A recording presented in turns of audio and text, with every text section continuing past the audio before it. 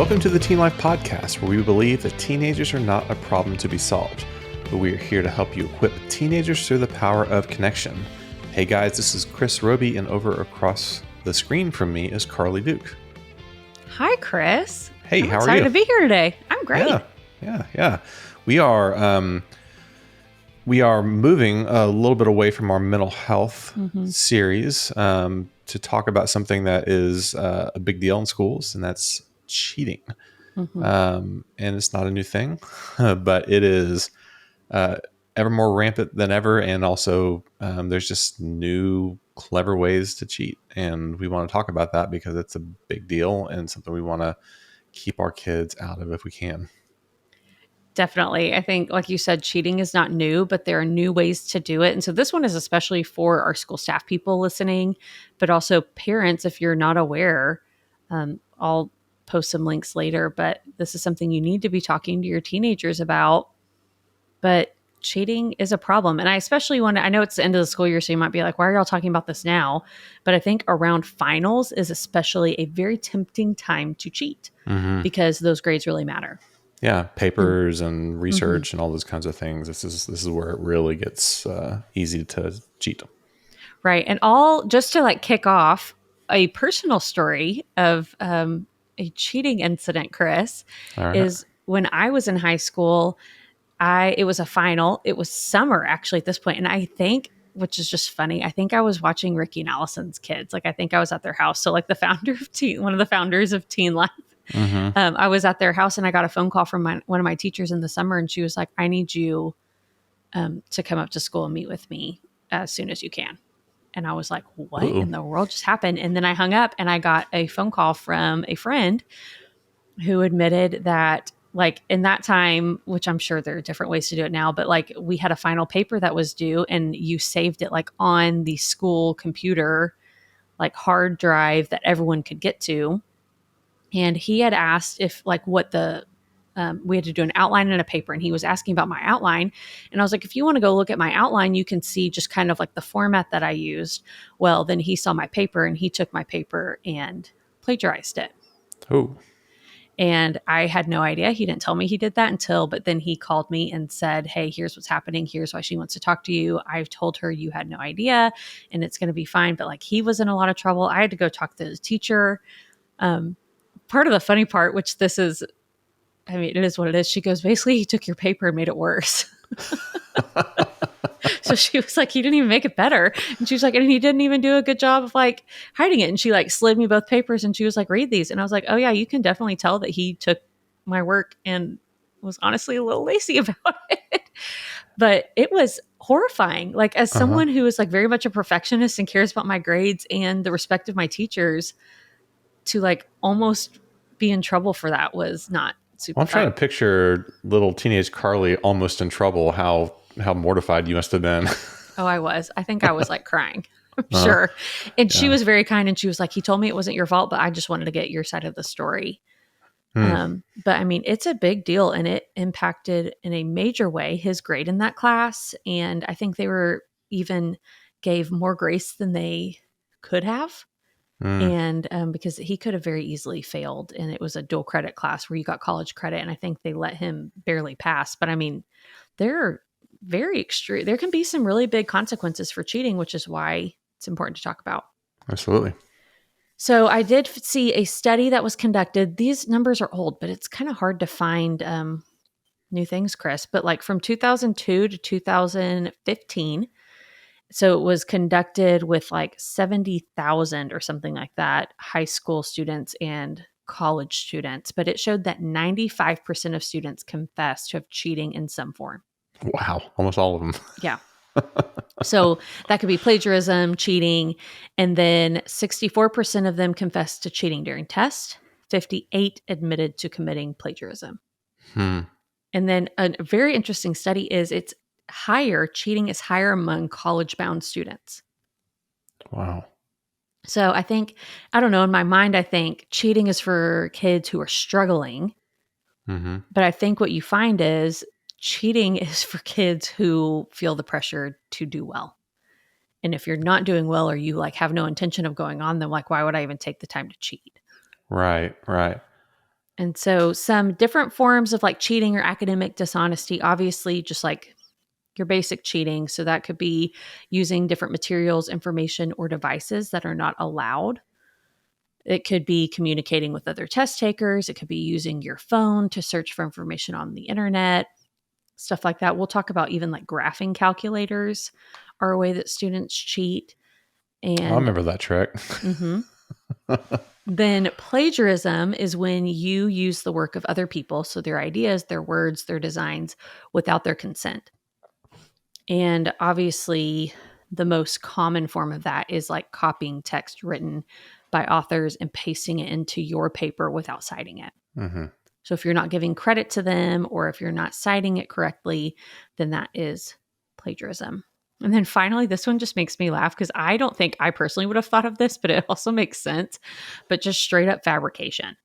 So that involves using data that just doesn't exist. So, for example, if you're writing a research paper and you can't find research to back up your point, they will just like counterfeit the information and like make up a study. Oh, it's like half cheat. The internet. Yeah, sure. Yeah. Exactly. Yeah. But instead of like going through the work and finding it, they'll just be like, I'll just make up this study and they won't ever look it up and they'll never know. Yeah. And so that is another That happens a lot. That really does happen a lot where people just throw stuff up there like, if you really try to poke at it, it doesn't exist. Well, I was like, we do that a lot in just real life, not just in schoolwork. I think that's a normal occurrence. People make stuff up. Oh, totally. So why would students cheat? I think there are lots of different options. And like I said, I think sometimes we assume that it's because they're struggling, and that's not always the case. But a big reason is they aren't prepared. So maybe they didn't do the paper until the night before. They didn't study for the test. Something like that. They're not prepared. A fear of failure. Having anxiety about grades, especially if that pressure is coming from the school or parents or one of those like, I have to pass this class so I can play in the sport that I'm involved in, stuff like that. Sometimes even cheating, like if you're the one who's helping people cheat, it could just be wanting to help classmates, or maybe even just a lack of boundaries of if someone asks you and you're scared to say no. Yeah, just trying to make a friend. Yeah, exactly. And then if you're overloaded with school and extracurriculars, like you just have too much going on. And so you're like, I can't get to all of it. And so I'll just cheat. And then honestly, a reason is it works. Like studies find that cheaters tend to get good grades and most don't get caught. Wow. And then 95%. So, yeah, exactly. Yeah. Everyone would be in trouble if we all got caught. And then what is so interesting too is that some students don't even feel like it's wrong.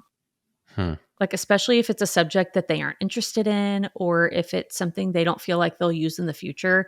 I think I hear this argument a lot with like math or like calculus of like, I'm never going to use this. I'm not going to be a mathematician. So like, who cares if I cheat kind of attitude that they don't even necessarily see something wrong with it.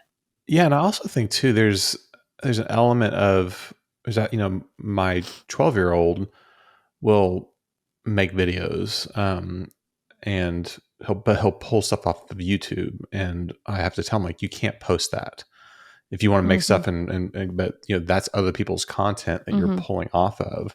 And I think that there's some ignorance with some of this as well too. Because I know there's been times where we'll have to remind, that's not yours. You can't just pull that and say that, or pull that into a paper or whatever. There's some education around that. With there's so much available content now for students to pull from, to look at. Thoughts around intellectual property aren't the first thing. It's like, oh, that's really cool, I'm going to pull that in and make that kind of mine. I know I used to write on a blog where we pulled in a picture that we thought was just public domain, and we ended up getting flagged for it and had to pull it down. We had no idea. Like we thought that was, and so and that is a form of, I guess, cheating, but for plagiarism that we just, I think sometimes it's innocent.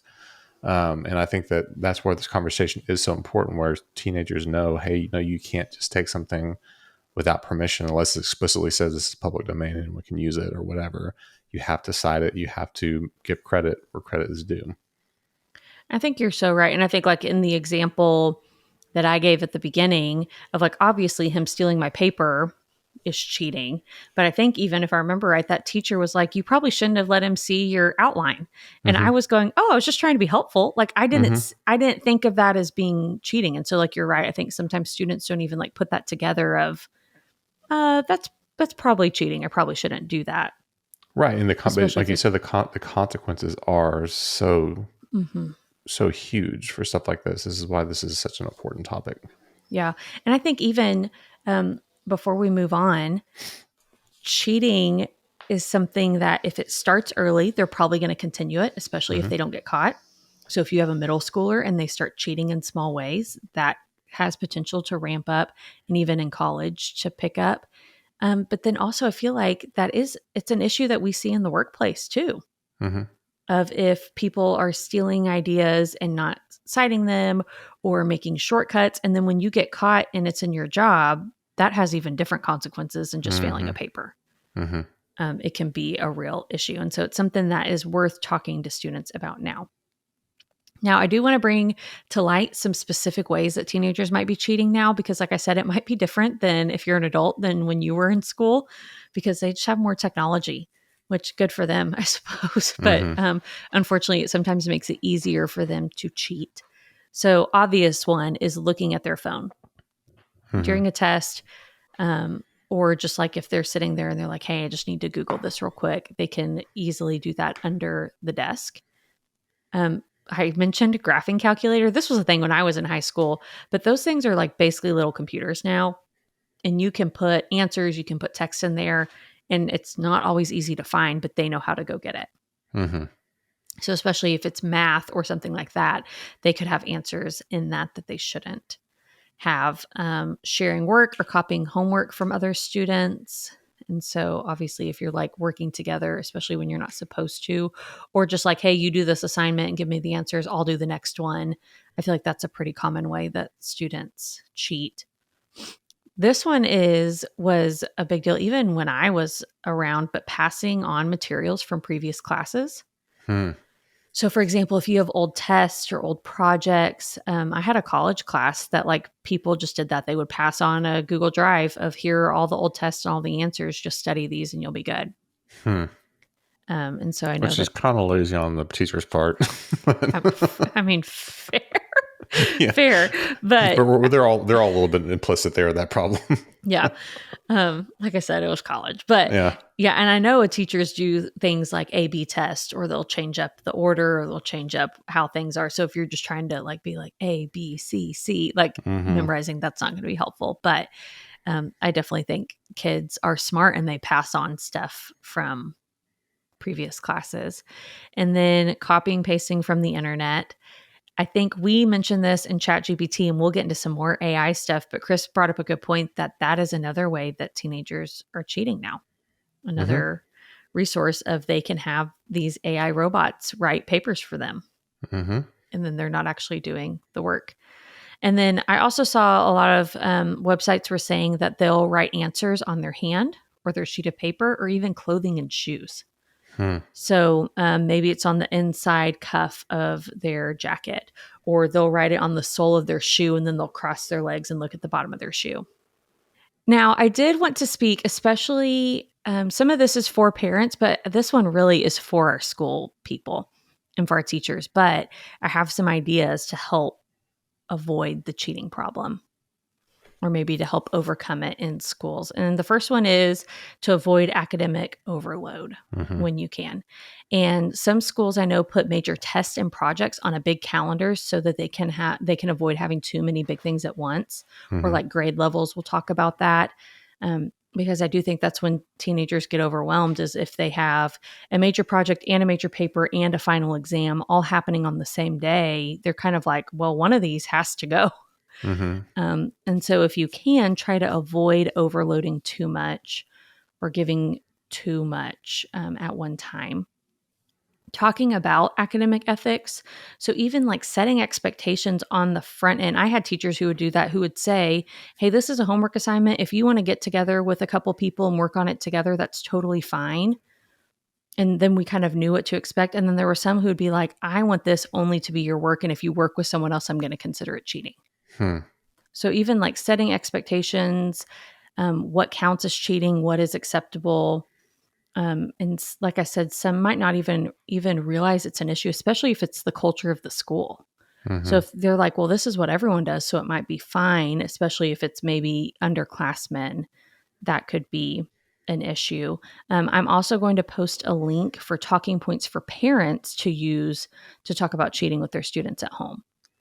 So I won't go into all of those, but I'll post that link. So if you're a parent listening and you're like, hey, I need to talk about cheating with my teenagers, that is a great article with some really good resources. If you can, take away the temptation. So have students put phones and calculators at the front of the room. If you have to use a graphing calculator for your test, there are ways to clear it and reset it. And I had teachers that used to make us do that. We would have to reset our calculator, go show it to her and prove that we had done it, and then we could start the test or the assignment. And so that's a way to do that. No bathroom breaks, because that's an easy one. If people hide or take their phones with them or stop by their locker and look at something. And then also let them know in advance if you're going to put their work through a plagiarism program.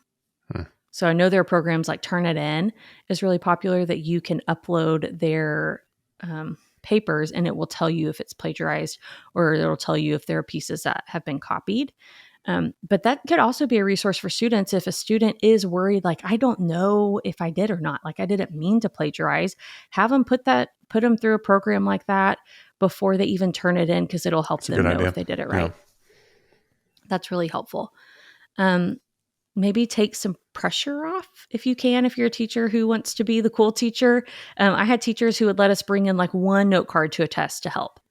So you could write notes on that one note card, but that's all you were allowed. And so I feel like that lessens cheating because you are giving some help. Give group assignments sometimes, maybe give some bonus questions or do a bonus activity in the test prep that they kind of know, okay, I have some buffer. I have maybe a confidence boost coming into this. And then wherever possible, this is for any adult. Focus on learning and not on grades. Really, when students cheat, they're not learning. And the goal of school is to help them learn and to help them prepare for the future. And so if they're cheating, they're not doing that. And that's the important part, not their GPA or not what grade. But I feel like a lot of times we get this mixed up. As a teenager, I got that mixed up. I cared way more about the grade than if I was learning or if I walked away knowing that. And so that is something also to think about. But as always, have conversations with your students. And we hope that this is a helpful thing for you to take with you into your next discussion.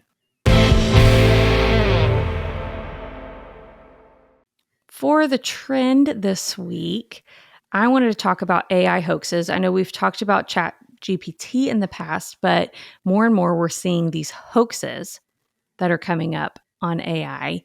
Or deep fakes is another word that you might have heard, and that's an image or recording that has been convincingly altered and manipulated to misrepresent someone doing or saying something that was not actually done or said. Yeah, this is a topic that's caused a lot of anxiety for people, especially people in media, in creative spaces of like, hey, there's going to come a time when we're not really sure what's real and what's not. Did a computer make this, or did a real artist make this? And so this is I've heard a lot of content produced on this just because there's just real anxiety about where is this going. Definitely. And I think kind of to get into that, I think people are worried of like, what if this happens to me? What if I get taken advantage of because of this? So to give some examples, a real life example that was especially concerning when I read about it is a group of New York students, high school students, created a video of a nearby middle school principal making racist statements, shouting racial slurs, and threatening students. I remember this. And put it out. This happened earlier this year. And then they actually made a second video. I believe they put it on TikTok, if I'm remembering right.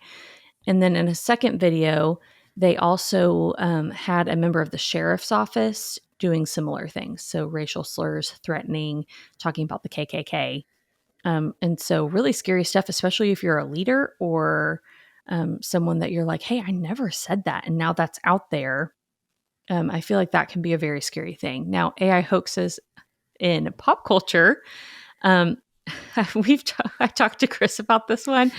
There were fake photos. There were these photos that were going around about the Pope in this white puffer coat that really gained popularity. And then people realized that it was a hoax. I saw Donald Trump getting arrested photos around his trial was a big one. I know fake voices that someone put out a Joe Rogan podcast that he actually did not do, but like uploaded all of his podcast and then had him fake record a podcast. Wow. And then fake songs as well. There was a Drake song that someone put out that sounded just like Drake, and it was not. No, there's a lot around fake music right now. Just like even resurrecting old bands. Like what if Nirvana was still together and there's a fake Nirvana song out. Yes. And there's another podcast episode I listened to as well that they like were doing it in a joking way to each other, but like one of the hosts uploaded her co-host's voice and then had him do an ad for something he would obviously never do an ad for. That was just like funny of like something that he hates, but like he gave reasons for why he loved it. And it really sounded like him. Crazy. And so it really is crazy what these AI things can do. And they're more accessible than ever before. So you used to had to pay a lot of money or be really skilled to do it. And that's not necessarily the case anymore. And so another example, like I heard recently a story. I don't know this mom, but someone else did, who got a fake phone call from what she thought was her kidnapped daughter asking for money. And it sounded like her daughter. It was her daughter's voice. And so it's scary when you answer the phone and it sounds just like a loved one. And those hoaxes have been around for a long time. My grandpa has gotten calls before that was supposedly from my little brother saying that he was in jail and needed money, but it wasn't his voice. And so now I feel like they're even taking it one step further. And if your student or teenager or loved one has their voice out there, people can use it to then make AI hoaxes. We got to be worried about that maybe, Chris, because our voice is out there a lot. Fake Teen Life podcast, yeah. talking about things we don't want to talk about. Exactly. And so like you said, I think a lot of the biggest concern is how do we know it's real? And so stick around for the tip because we're going to share a couple tips on how to detect a deep fake. But this is a conversation you should be having. For sure with your students. Make sure that students are aware that this is happening. Make sure that they're aware that it's not okay. Especially in like that example of the principal, it's not okay to take someone's likeness and make it seem like they said or did something that they didn't. And it's also to be extra vigilant before assuming something is real, especially when it comes to money. And if they aren't sure or you're not sure if it's real, hang up and try to call that person first before sending money, especially if it's digital money or Bitcoin, stuff like that. For the tip, let's talk about how to detect a deep fake. Chris? Very valuable tool these days. Yes, I think so. And I will say from the beginning, there are programs that you can upload these things to see if it's reliable. And most of them can tell you if that was created by AI. But the first thing is some details will probably look blurry or obscure. So in the Pope example, his glass is actually like merged with his eye. Like if you look closely at it. Yeah. And then he was like wearing a chain, and one part of the chain, like it wasn't, you couldn't see one of the chains. And so obviously there was no way that like necklace was hanging on. Right. Or the focus might be blurry in weird areas. Yeah, there are very few deep fakes that are like perfect. Like if you look hard enough, you should be able to figure it out. The lighting looks unnatural. So this often happens because they're taking photos that don't match and merging them together. So maybe one part of the photo is darker than the other, or maybe it glows in a weird way. And so if the lighting doesn't look right, that might be the first clue that something is going on. If it's a video, the words or sounds sometimes don't match up with the visuals. So especially if they're trying to be lazy, they might manipulate the video, but not the audio as much, or vice versa. So it's not always going to match up perfectly. And then finally, if you are reading something or seeing something and the source isn't reliable, maybe that is a red flag. Right. If you feel like you're getting this news and it's not real. Like if Drake didn't actually post that song, it's probably not his song. You can also reverse image search, like on Google. It's an easy way to do that, and you can tell where the image originated. But a lot of times too, like for the Pope, I just Googled, like, because I heard people talking about it, and I Googled Pope puffer coat, and a million different sources came up saying it was fake. And so you're like, oh, okay, that's not actually real. But check your sources, make sure that it's coming from a reputable site. Yeah, and trust your intuition on things like this. I mean, a lot of times, I know I've had conversations with my kiddos if they see something like, "Oh, did you see that?" I'm like, "Is that real?" And and just something that's so outlandish or so crazy that, like, I mean, we do live in we do live in a crazy world, but there's a lot of times where you trust your gut on things like that and verify before you assume that it's real. And with that, that's a wrap on this very real episode of the Teen Life Podcast. Not AI at all. No AI here, not yet. We'll see. I'll probably be replaced by it eventually. But if you would subscribe, make sure that you are a subscriber to the Teen Life Podcast so this arrives in your podcast feed every Tuesday. Follow us on social media. Text this episode to a friend who might be a part of this conversation through AI or cheating. Review us on your favorite podcast app. Let people know how much you love this podcast, and we will see you next week.